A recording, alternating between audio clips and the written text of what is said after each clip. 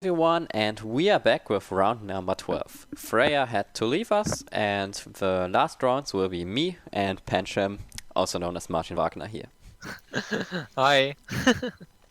And Yeah, we have a very interesting player who you seemed to like earlier on. Again, it is one of the most accomplished players we currently have in the Pokemon TCG, no one other than Shintaro Ito himself. yes. He has already proven himself that he's obviously one of the best players, as you said, and yeah, he's proving that Japanese players are really kind of good at adapting to this format, and yeah, he's showing the other guys with Mill like how to play Mill in the best of one, and Yep. yeah. We have quite an interesting matchup, which I think is always a little bit dicey for the mill player, which is ADP, because of obviously they take extra prizes, they need less time to win. So it's always a little bit scary for the mill player to go up against it. Yep. However, recently, ADPs have been going down a bit on the tags for this matchup. Like at OCIC, we saw some people play 4 catcher plus 4 custom catcher. So a lot of gusting effects to get around those Lily's Poker Dolls. But yeah, these days people are going down, cutting some cards. Some people have been playing Oranguru with resource management, but also not everyone's doing that anymore. So yeah, not everyone has great outs against Mill anymore, and Shintaro has been certainly doing pretty good so far. Still versus ADP, as a mill player, you need to execute it really well. If you make a single mistake, they take extra prizes and you probably instantly lose. So I'm still quite interested in seeing how this will turn out. And there's probably coming the Mani is like a key card in the matchup. It's the ADP player needs to use it really well to disrupt the mid player and try to disrupt Shintaro and try to prevent him from setting up this board, which is with the Makagos and the Orangurus, which is able to stop a lot of decks in their tracks. Yep, and I'm checking out Shintaro's list to see if he's playing any energy removal or something like Team Grunt to slow your opponent down, but no, he's just playing the one Faber, which is really good against the Guzmahala version because you can remove the special energy on turn 2 and prevent your opponent from ever using Ultimate Ray. And if the ADP player has to attack 3 times with Station, that can be really hard to accomplish. Especially if you, especially against something like the Mareep that Shintaro is playing quite heavily, because then you need so many switching cards. It looks like his opponent is playing super scoop ups, so that could be one way to get out of the sleep that the Mareep will apply to the active.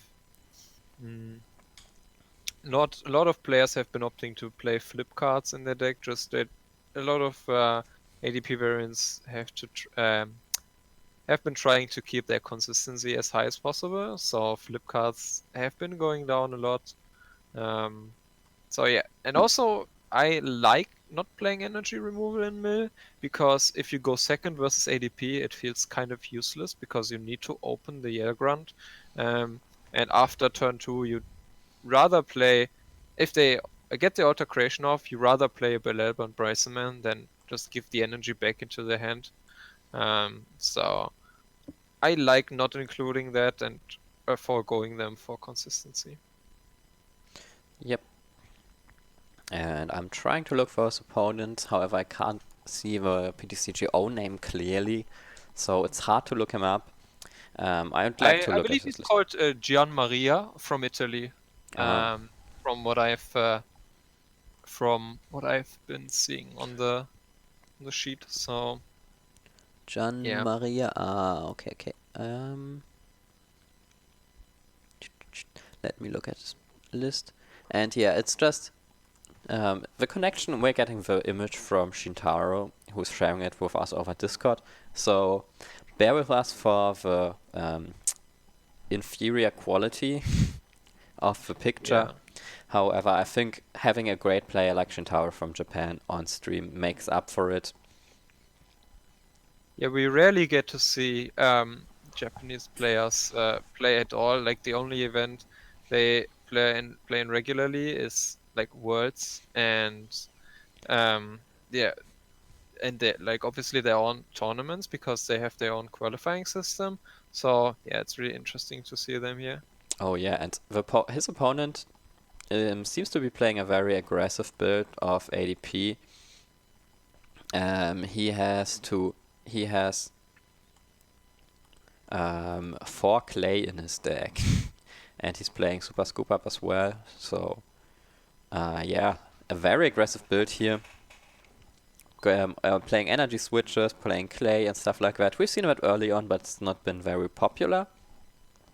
Like a version like this that can try to get the turn 1 Jigs attack. It can go Yeah, in really ideal aggressive. world, you just start with the ADP, get the clay, and then discard the energy. Discard And energy the and hit energy Metal Saucer and switches. energy switch. Yeah, Yes. exactly. Yeah. Just hit the dream. Yes, and there's the money, as I said, yeah. Not being able to catch up the Marcago is kind of big because that's like the thing that keeps Shintaro's deck really consistent. So, yeah, and also the Mawile that has been milled is kind of maybe it can be relevant at some point because as a mill player you have to kind of be careful with the bench. And if you get hit by a mobile while you're not prepared, that can hurt you a little bit. So as we Yep. see the second Belelban Bryceman, not Shintaro isn't even trying to like make his opponent asleep with Marie because he probably knows that his opponent will get out of the active anyway. He's just trying to mill out as fast as possible. Yep. Use those mills early on. Try to disrupt your opponent by discarding catchers. If he can get rid of those gusting effects, it's going to be pretty great for him. However, for the moment, his opponent has used, still has 26 cards left in his deck, so he has a couple of turns to go. But it looks like he does not have a lot of stuff going on, as there's just a Intrepid Sword to draw more cards. Yep. But I think you can take it kind of a little bit slow. You don't need to play the clay like instantly, because with the clay you mill yourself by 7 cards. And if you just get set up in a way that you can maybe attack like 2 consecutive turns into cards that are not dolls, then you can just go off on the last turn and try to dig for a gust effect on the turn. Because Gianmaria's also playing 4 custom catcher, so additionally to the Pokemon catcher, yeah, he has a lot of gust effects, so I like the slower approach. Yep. And so, Shintaro managing to set up his board decently now. Having a second Lily's Pokédoll on the board is always pretty important to prevent your opponent from using Fion. So that's something that Shintaro's definitely looking out for. However, in an aggressive build like Gianmaria's playing, oftentimes stuff like Fion needs to be cut because, those many ADP decks try to tag their deck through the Pokemon they play. So they include Absol, they include stuff like like the Fion, we've seen tags like Mimikyu, etc., etc. But if you go for like the aggressive build, then you basically have to cut all these support Pokemon and instead focus on more consistency, or not even necessary consistency, just like aggression.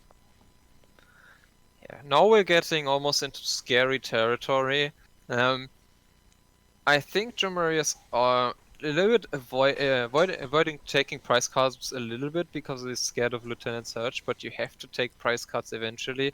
I mean, you have to wait for the right moment, that's true, but yeah, the aggressive mill build from Shintaro is really applying a lot of pressure right here. Yep, for sure. And he's already down to 13 cards left in deck. Probably Gianmaria has some money left to shuffle back some cards. I believe he only played one so far. and he plays 2 in his deck, so there will probably be a Mani pretty soon, but he has to take prizes Yeah, for sure. at some point. And yeah, this is like the intricacy of the mill deck. If you take prizes against it, it gets so much stronger because he can use Lieutenant Surge and apply so much more pressure. But if you don't play prizes, you're basically losing as well, even though they don't take prizes. They just set up their board and mill your deck slowly, and eventually they will just win that way as well. And yeah, There's an attachment to the Oranguru, and I don't like that because it's like not something that's totally necessary, right? You're playing out cards that you most likely don't need to play, and they go to the bottom of the deck anyway, right? Just can leave them there and let them be milled as useless cards later on.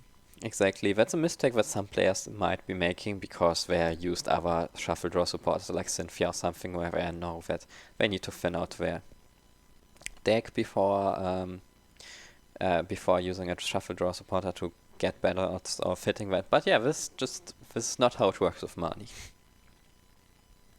Yeah, and there we see finally a custom catcher, a Pokemon catcher heads deciding to take out the Macago, and Gianmaria is taking his first 2 prize cards of this game, and also turning on the Lieutenant Surge. So if Shintaro is able to pull off the combo right here and also get set up for next turn, which, to be honest, is quite unlikely, he will be in a pretty good shape. But yeah, a lot of things depends on like what he can maybe get off the Primate Wisdom and draw into it with the Intrepid Sword on the following turns.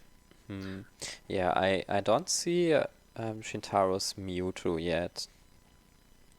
Yeah, I So don't I don't think it's in the deck. It might be yeah. priced, so he probably is looking to set that up once he gets access to a quick ball. Yep. Like he's setting up the Macago GX, right, to evolve manually through Slugma. Yep. So he needs some more time because Gianmaria is in a position where he could close this out in 2 turns. Yes, that's true. And he does play 4 catcher and 4 custom catcher, so he's well equipped for this matchup. Yeah, I believe there are 3 catchers in the discard pile already, but I don't think there are any custom catchers so far, which is quite lucky. Speaking that Shintaro has already played about 3 or 4 Belelbas and hit no custom catchers so far. Yep, however, no gust coming down from Gianmaria, which is of course huge for Shintaro because he needed that time really badly, and Gianmaria can't afford to use any supporters right now because he can't go at below 12 cards. So Yeah, that's true. yeah, so he's realizing that can't dig for any supporters, can't even interpret sword, just has to attack and hope to draw into catchers. And yeah, that's of course great for Shintaro because not only does that mean that Gianmaria didn't have a catcher last turn, he's also likely to not have them next turn because nothing really changes. He just gets 1 more card. Yeah, I believe that's probably maybe a slight mistake out of Shintaro right there.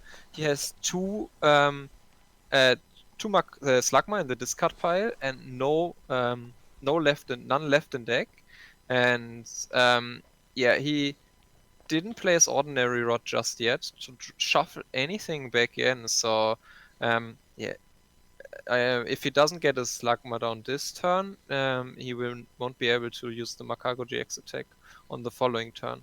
Yep. Maybe. But I guess he's just waiting to shuffle stuff back in after he uses the Belelba and Bryceman. Yeah, exactly. That's true. But he just could have searched it out with the quick ball anyway, or the communication. Yeah, however, if he uses the Ordinary Rod, then he's running the risk of milling his Macago just like he did now, and then he couldn't use it as well anyway, so... Ah yeah, that's true, the Macago's in the discard pile as well. Yeah. My bad. My mistake. I'm very sorry. Yeah, you're totally right on this one. Yeah, just going for the Intrepid Sword and then setting up for the next turn. And I don't believe there's any hand disruption left for Gianmaria. So, and also he's at 11 cards, and you know what that means against Mill. Exactly. This means that he's on the clock. And if he doesn't find a gusting effect this turn, then it's probably over for him. Because Shintaro will just be able to put down his Slugma, get Interpret Sword to guarantee that he gets Makago next turn, use Interpret Sword to guarantee the Makago for next turn, and then he can just get the 11, the 11 mill the turn afterwards. Or he Yes. can, what he can do, he can just use Lieutenant Surge, use double Belabor Bryson Man, use Paul Pet to shuffle the Belabors back, and get them with just by drawing for turn and using Oranguru, and then he would be able to win in 2 turns as well. So looking really good for Shintaro. Gianmaria here a bit unlucky not finding his gust effect. Maybe he's also trying to hold his custom catchers to gust a Slugma that's coming down. That's something maybe he's trying to do that. I'm just trying to think from his perspective why he isn't playing or like trying to get those down aggressively. But now he's in a position where Shintaro just needs Surge double Belelba Exactly.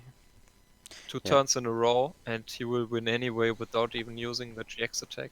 Yep. So that's also like that's the thing against Mill, right? You try to prevent one play they're doing, but then they just take another play that maybe takes 1 turn longer, but you just took your time to set up that play you wanted to make, and you lose anyway. Yep. And here Shintaro has everything he needs. Can just pass his turn. And there's still the option for Gianmaria to gust up the Oranguru when Shintaro won't have access to both Belabor Bryson Man in the same turn. So it's still not 100% over if he takes the knockout on the Oranguru here. Yes. Maybe he's trying to go for like a resource management this turn. Maybe. I'm not quite sure because now, if he resource manages back in the Makago, then his opponent can only gust up one of those. Oh yeah, true. If he gets back the Makago, he can use Cynthia to draw into it. That's true. And then he has the game guaranteed. Yes. Yeah, so... And of course, that's like the one of the other strong things about playing Mill in this tournament.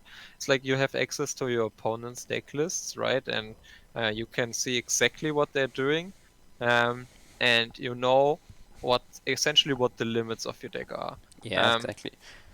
It's a double-edged sword. Many players have been saying it's easier to beat Mill now when they know exactly what resources the Mill player has, but the Mill player has the same advantage, so whoever's better at taking advantage from knowing the deck list has an advantage here. Yeah, that's true. Like, now, if you didn't know Gianmaria's deck list, you probably would have to play around something like, like a reset stamp or another Mani or something. You would, like, maybe you wouldn't even play around it, but maybe that would just be back in your mind and maybe you sometimes lose to it. But this way, you can just count everything out perfectly. And especially for Mill, where you need to count cards a lot and you just can calculate really well what is going to happen or what will happen in the worst case and best case scenario. It's really, really huge. Yeah, and Shintaro piloting this game perfectly, getting himself into this late game position. I really like it about this deck where you have like the late game decision where you just have to use like one resource management per game to give yourself exactly those resources that you need to win. And Shintaro did that.